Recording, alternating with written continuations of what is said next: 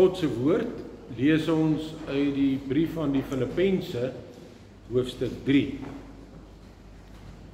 Filippense 3, van vers 1 af. Verder, my broers, wees bly in die Here. Om dieselfde dinge aan julle te skrywe is vir my nie moeite nie, en vir julle gee dit sekerheid. Pas op vir daardie dwaalleraars. Pas op vir daardie mense wat kwaad stig. Pas op vir daardie betekenislose besnydenis. Ons het die ware besnydenis. Ons wat God deur sy Gees dien. Ons wat ons op Christus Jesus beroem en nie op uiterlike dinge vertrou nie. Tog sou ek ook op uiterlike dinge kon vertrou. As iemand meen dat hy op uiterlike dinge kan vertrou, ek nog meer. Ek is op die 8ste dag besny, van geboorte 'n Israeliet, uit die stam van Benjamin, 'n egte Hebreër. In wetsopvatting was ek 'n Fariseer. In my ywer 'n vervolger van die kerk. In onderhouding van die wet van Moses om vryspraak te kry, onberispelik. Maar wat eers vir my 'n bate was, beskou ek nou as waardeloos ter wille van Christus. Ja, nog meer, ek beskou alles as waardeloos, want om Christus Jesus my Here te ken, oortref alles in waarde. Ter wille van hom het ek alles prysgegee, en beskou ek dit as verwerplik, sodat ek Christus as enigste bate kan verkry, en een met hom kan wees, vrygespreek, nie omdat ek die wet onderhou nie, maar omdat ek in Christus glo. Dit is die vryspraak wat God gee, omdat 'n mens in hom glo. Al wat ek wens is om Christus te ken, die krag van sy opstanding te ondervind, en deel te hê aan sy lyding, deur aan hom gelyk te word in sy dood, in die verwagting dat ek self deel sal hê aan die opstanding uit die dood. Ek sê nie dat ek dit alles al het, of die doel al bereik het nie, maar ek span my in om dit alles myne te maak, omdat Christus Jesus my reeds syne gemaak het. Broers, ek verbeel my nie, dat ek dit alles al het nie, maar een ding doen ek, ek maak my los van wat agter is, en strek my uit na wat voor is. Ek span my in om by die wenstreep te kom, sodat ek die hemelse prys kan behaal, waartoe God my geroep het in Christus Jesus. Ons almal wat geestelik volwasse is, moet hierdie gesindheid hê. En as julle in enige opsig anders daaroor dink, God sal ook hierin aan julle die regte insig gee. In elk geval, laat ons koers hou op die pad waarmee ons tot hiertoe gekom het. Wees my navolgers, broers, en let op die mense wat lewe volgens die voorbeeld wat ons vir julle stel. Ek het dikwels vir julle gesê, en tot my verdriet moet ek dit nou herhaal. Daar is baie wat as die vyande van die kruis van Christus lewe.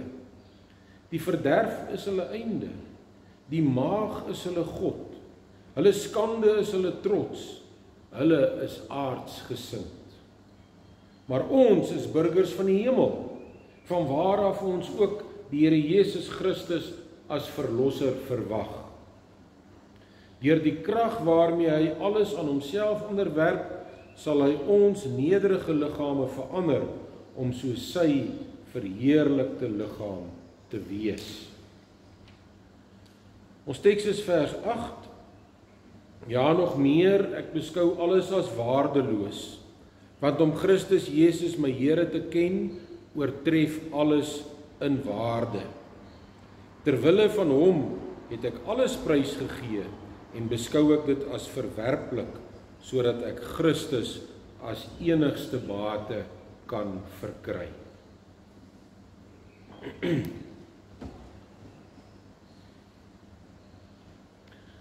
Geliefdes in die Here, hierdie tyd van die jaar kyk ons gewoonlik terug op die jaar wat verby is En ons kyk ook vorentoe na die jaar wat op ons wag. Die kanse is goed dat u in 2025 soms teleurgesteld in die Here gevoel het. En dat u 'n paar keer in 2026 teleurgesteld in die Here gaan voel. Dit klink na 'n verskriklike stelling om te maak. Die kans is goed dat u teleurgesteld in die Here was of sal wees. Dit is veral 'n verskriklike stelling om te maak as jy met gelowiges praat wat glo dat God getrou is en nooit ontrou kan wees nie. Mense sê tog nie vir sulke gelowiges dat hulle teleurgesteld gaan voel in die Here nie. En tog as ons eerlik is, dan sal ons erken, almal van ons het al op een of ander tyd in ons lewens teleurgesteld in die Here gevoel. Ons huiwer om daaroor te praat. Want dit klink so asof ons God belaster as ons sê dat ons voel dat hy ons teleurgestel het. Maar voel Dawid nie teleurgesteld in God nie as hy in Psalm 22 uitroep: my God, waarom het U my verlaat en bly U ver weg as ek om hulp roep? My God, ek roep bedags en U antwoord nie, ook snags, maar ek kry geen rus nie. Of voel die digter van Psalm 10 nie teleurgesteld in God nie as hy uitroep: waarom staan U so ver weg, Here? Waarom trek U terug in tye van nood?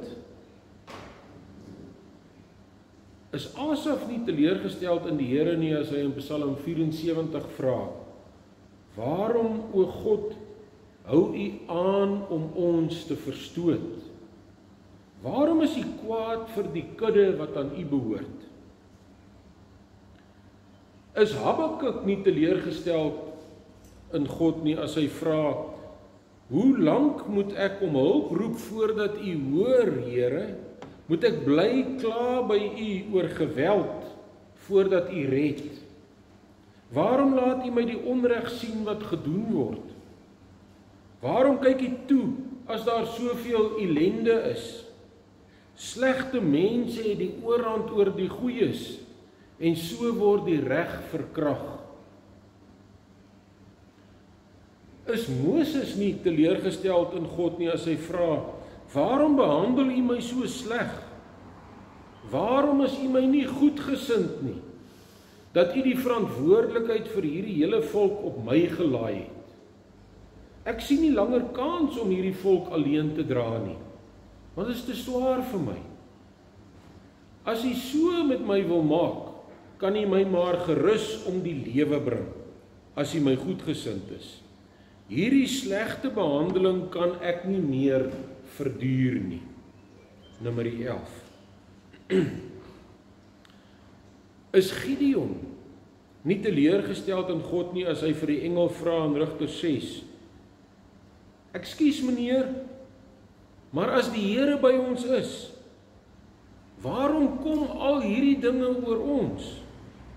Waar is al sy magtige dade waarvan ons voorvaders ons vertel het toe hulle gesê het die Here ons nie uit Egipte bevry nie? Nou het die Here ons in die steek gelaat. Hy het ons oorgegee in die mag van die Midianiete. Nou het die Here ons in die steek gelaat. Geliefdes, is maar enkele van die mense in die Bybel wat teleurgesteld was in God en hulle teleurstelling uitgespreek het deur te vra: waar is God dan? Hoekom tree hy nie op nie? Ek het so opreg gebid en God het nie my gebede verhoor nie. Die Here maak nie mooi met my nie. Hy verwag te veel van my. Net wanneer ek hom regtig nodig het, is hy weg. Hoe kan hy toelaat dat sulke verskriklike goed met my gebeur? Die Here het my in die steek gelaat. Ja, geliefdes, vandag nog vra gelowiges of worstel hulle in stilte met vrae soos: hoekom het God toegelaat dat 'n dronk man my kind doodry? Hoekom het God toegelaat dat 'n hele gesin in 'n motorongeluk uitgewis word en net die baba met breinskade bly leef? Hoekom moes juis my kind met 'n gebrek gebore word? Hoekom moes my motor gesteel word? Hoekom hoor God nie as ek hom vra om te help nie? Ek het hom al so baie gevra om my te help met hierdie probleem en hy doen net niks nie. Hoe kan God toelaat dat ek my werk verloor? Hy weet mos ek het 'n gesin en nog my bejaarde ouers ook vir wie ek moet sorg. Ek wou so graag hierdie of daardie mikpunt bereik en ek het die Here so baie gevra om my te help. Hoekom het ek dan misluk? Ek het die Here al so baie gevra vir 'n goeie huweliksmaat. Hoekom is ek steeds ongetroud of ongelukkig getroud? Teleurgesteld in die Here. Ek werk so hard in die gemeente. Ek werk so hard in my wijk. Ek doen so baie liefdesdiens. En ek sien so min vrug. Ek kry so dikwels stank vir dank. Ja, mense maak so maklik misbruik van my. Kom gee die Here nie vrug op my dienswerk nie. Maar geliefdes, as ons teleurgesteld is in die Here, is dit gewoonlik omdat ons 'n verkeerde begrip het van die Here. Die meeste mense dink God se werk is om te sorg dat dit goed met my sal gaan. Solank dit met my goed gaan en alles mooi vir my uitwerk, dan doen die Here sy werk. Sodra ek teëspoed kry, dan doen die Here nie sy werk nie en dan stel hy my teleur. As ek die pos kry waarvoor ek aansoek gedoen het, dan het die Here sy plig gedoen. Maar as iemand anders die pos kry, nogal iemand wat nie so goed soos ek gekwalifiseerd is nie, dan het die Here my in die steek gelaat. Hoekom doen God nie wat ek wil hê hy moet doen nie? Hoekom voel die Here partykeer so ver en so passief? Dalk omdat ek die verkeerde opvatting van hom het. Dalk omdat ek ook die verkeerde opvatting van goed gaan het. Wanneer gaan dit goed met 'n mens? Wanneer hy ryk en gesond en voorspoedig is? Wanneer alles vir hom reg uitwerk? Wanneer hy al sy doelwitte die eerste keer suksesvol bereik? Is dit die goedgaan wat die Here aan ons verskuldig is? Klaarblyklik nie. As God hierdie dinge aan my verskuldig is, en as hy getrou is, dan sou hy mos hierdie dinge dadelik aan my gegee het, en sou hy gekeer het dat slegte dinge met my gebeur. Dit is dis nodig dat ek vir myself sal afvra, is my siening van God, en is my siening van goed gaan reg? Liefdes, die eerste wat ons moet besef, is dat God nie noodwendig wil hê dat sy kinders gelukkig en gesond en voorspoedig in die menslike sin van die woord moet wees nie. As dit so was, sou alle gelowiges tog ryk en gesond en voorspoedig gewees het. Nee, God wil iets anders hê. God wil eerder volgelinge hê wat hom ken en wat hom liefhet en wat geestelik sterk is en wat gereed is vir die ewige lewe saam met hom. As my doelwit in die lewe is om ryk en gesond en voorspoedig te wees en om geen probleme te hê nie, om 'n lekker tyd op aarde te hê, dan bots my siening lynreg met God se. En dan sal ek teleurgesteld staan. Ek wil voorspoedig en probleemvry wees, maar God wil hê dat ek hom sal ken en geestelik goed toegerus sal wees. As ek dit nie besef nie, dan sal dit vir my voel of God ver is en nie hoor as ek roep nie. En hy sal al hoe verder en verder staan totdat ek besef, God is ver, omdat ek rykdom en voorspoed liefgehad het en nie vir hom nie. Ek het gedink God se werk is om te sorg dat ek 'n lekker tyd op aarde kan hê. Maar God dink anders daaroor. Hy het my op aarde geplaas om hom te leer ken en om sy wil te doen, om sout en lig te wees. En eers wanneer ek dit begin besef, sal dinge vir my begin sin maak. Eers wanneer ek, soos Paulus in ons teks kan sê, ja nog meer, ek beskou alles as waardeloos, want om Christus Jesus my Here te ken, oortref alles in waarde. Terwille van hom het ek alles prys gegee en beskou ek dit as verwerplik, sodat ek Christus as enigste bate kan verkry.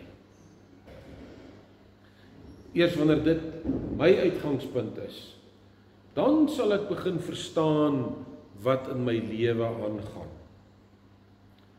God is dus eintlik op sy naaste, wanneer hy op sy verste voel. Want dan is hy intensief besig om met my te werk. Die feit dat God so ver voel, sê vir my dat hy besig is om 'n ontsettende behoefte aan hom in my te bewerk. Ja, geliefdes, God wil hê dat ons in 'n intieme verhouding met hom sal leef. Dat ons na hom sal smag. Dat ons met hom sal wandel. Dat ons na hom sal dors. Dat ons hom sal ken. Dat ons sy wil sal doen. Dat ons in beproewings net aan hom sal vashou. As ons nie intiem met God leef nie, dan is daar 'n ontsettende leegheid in ons. En die meeste mense probeer hierdie leegheid met die verkeerde goed vul. Dinge soos rykdom of ambisie, of 'n buiteegtelike verhouding, of pornografie, of sport, of gewildheid, of hulle beroep, of drank, of dwelms, of wat ook al. Maar geliefdes, niks anders as 'n verhouding met God kan hierdie leegheid vul nie. Selfs die dinge wat op sigself niks meer verkeerd is nie, soos jou sport of jou beroep, kan hierdie leegheid vul nie. Hoe meer jy probeer om hierdie leegheid met iets anders as God self in jou lewe te vul, hoe leer voel jy en hoe harder probeer jy. Liefdes, dit is soos iemand wat dors is en dan soutwater drink.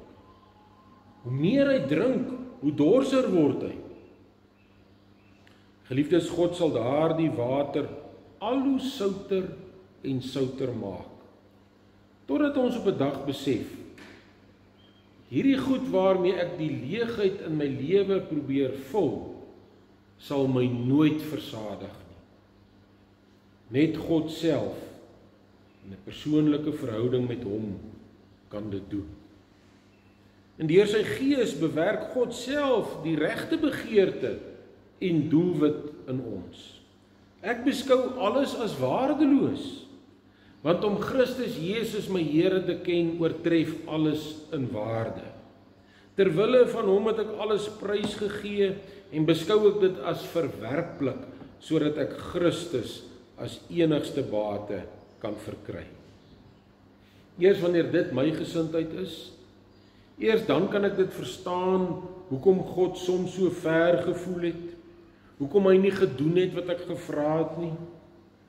Dan eers besef ek dat hy my dors gemaak het, sodat ek na hom sal dors.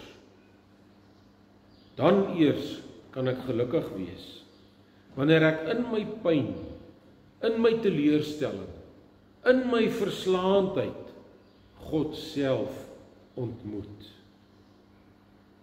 Dan sal ek ook soos Job, wat ook bitter teleurgesteld was deur God se optrede, kan sê, tot nou toe het ek net gehoor wat mense van u sê, maar nou het ek u self gesien. Nou verag ek myself. Nou sit ek vol berou in sak en as. Job het God self leer ken as iemand wat onverstaanbaar en onverklaarbaar hoog en heilig is.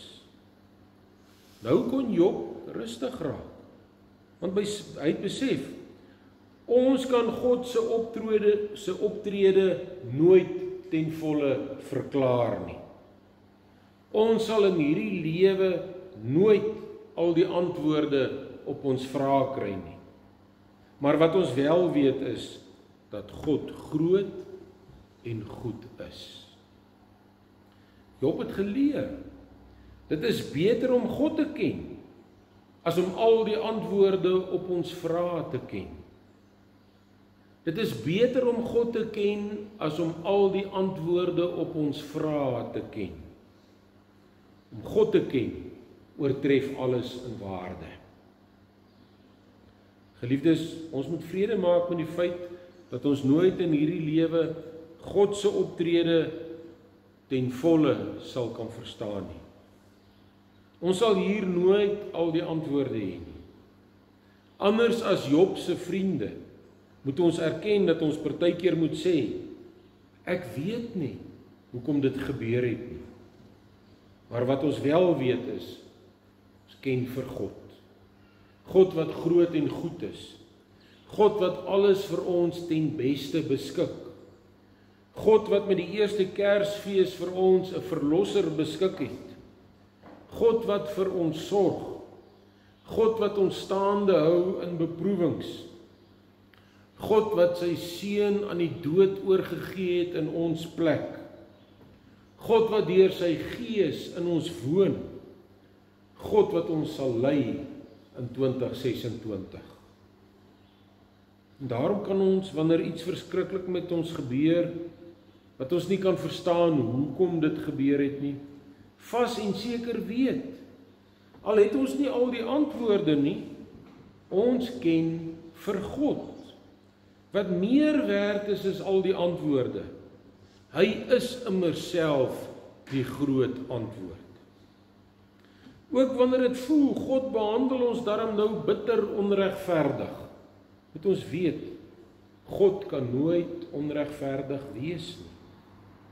Dit voel vir my onregverdig, maar dit is omdat ek 'n nietige mensie is met 'n beperkte verstandjie. Net so min as wat ek God se almag in die skepping kan verstaan. Net so min kan ek altyd God se optrede in my lewe verstaan. Ek moet net bly glo.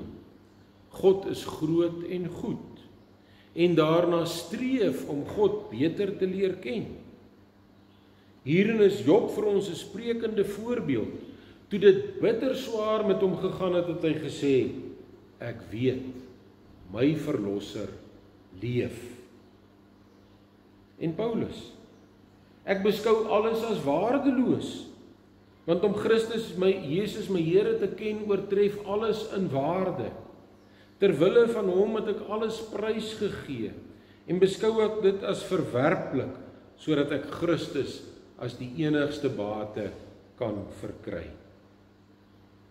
Om God werklik te ken in die Bybelse sin van die woord, beteken ook om jou wil prys te gee en God se wil te doen.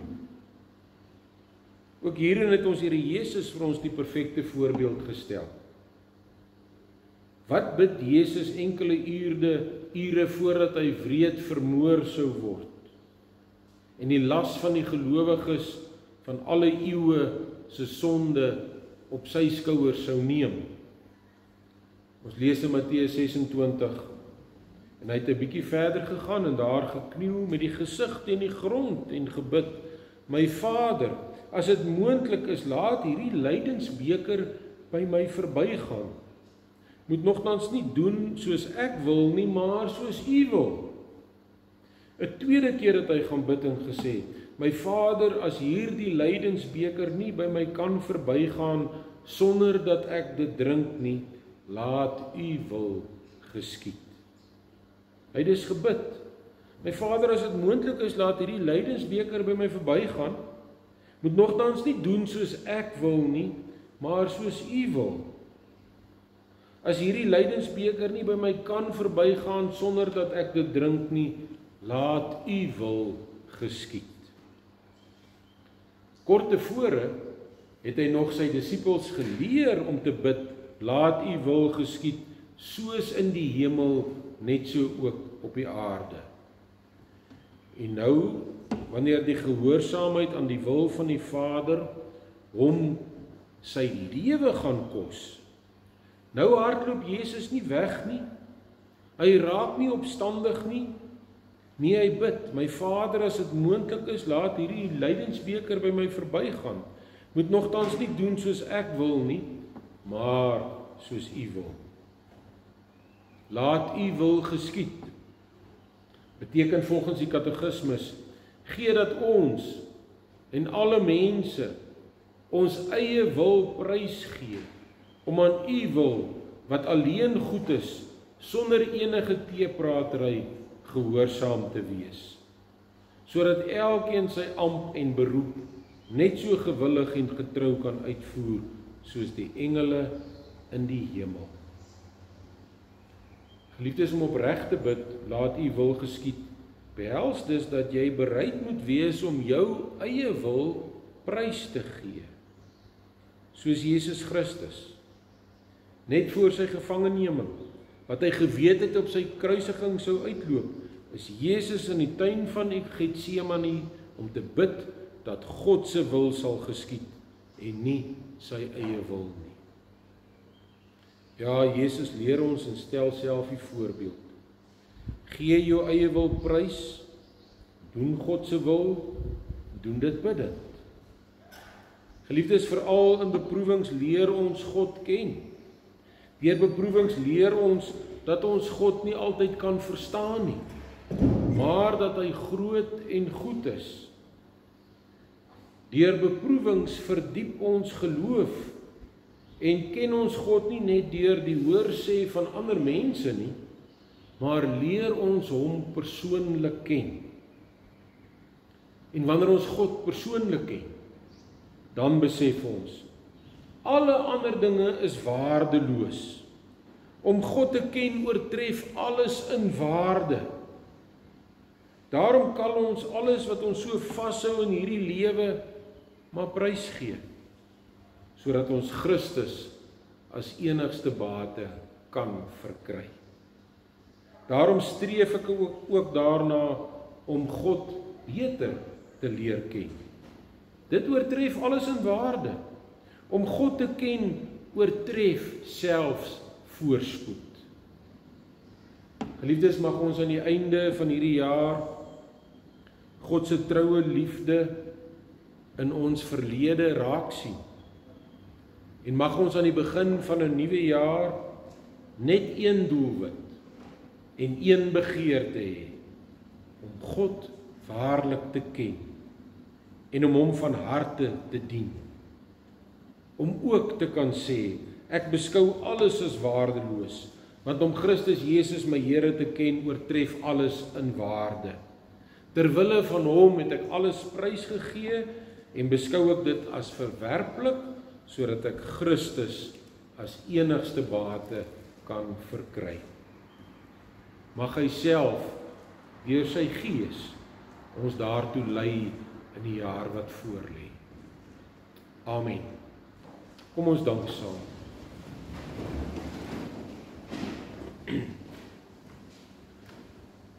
Onse Vader wat in die hemel is, ons dank U dat ons met U mag worstel. So baie van die kinders met U geworstel het in die woord. Ja, dat ons na U toe mag gaan met dit wat ons bekommer. Maar ons dank U, Here, dat U ons lei deur die Gees. Dat U ook vir ons die regte insig gee.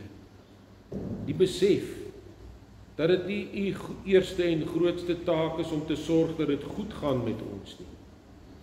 Maar eerder dat ons die ware geloof sal hê. Dat ons aan U alleen sal vashou. Dat ons so sout en lig in hierdie wêreld sal optree. Dat ons elkeen ons roeping sal vervul. Selfs wanneer dit teenstand in ons lewens bring.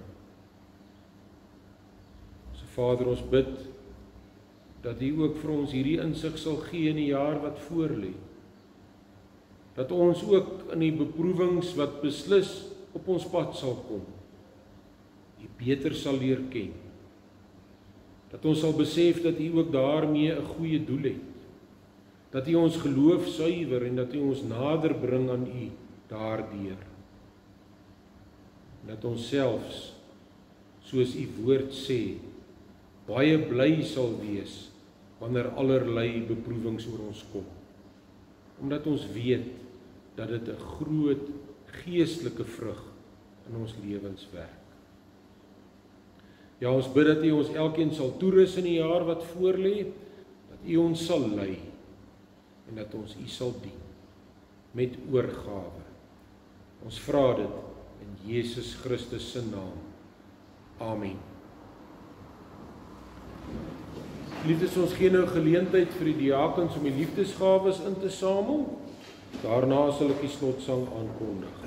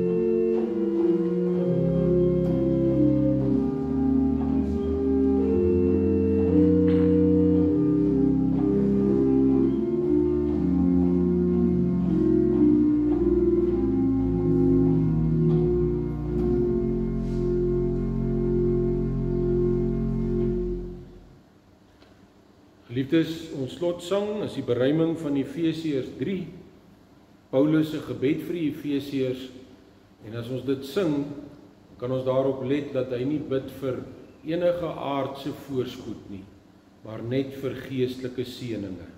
Skrifberuiming 75 of 15:1 in die groenboeke, vers 2, 3 en 4. Mag God nou deur sy Gees in julle werk, julle uit sy ryke heerlikheid bekragtig, sodat in julle woon die Christus magtig en julle in liefde vas staan, stewig, sterk. Skrifberuiming 75, 15:1, vers 2, 3 en 4, dan bly ons staan vir die seën van die Here. Yeah.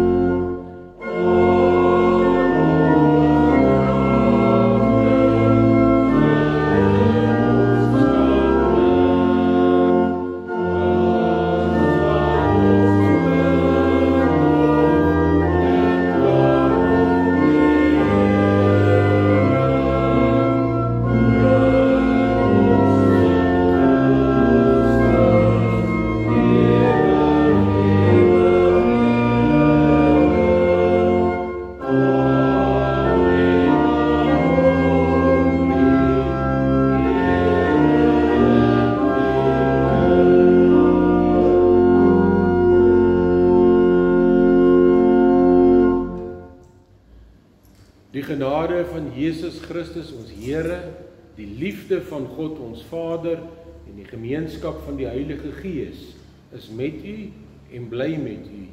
Amen.